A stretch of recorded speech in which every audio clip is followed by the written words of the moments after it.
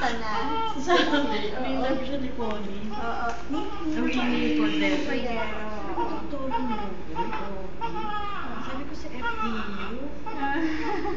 Try na natin hanapin siya. Yun na, wala naman nag-refer. Kala ko ano.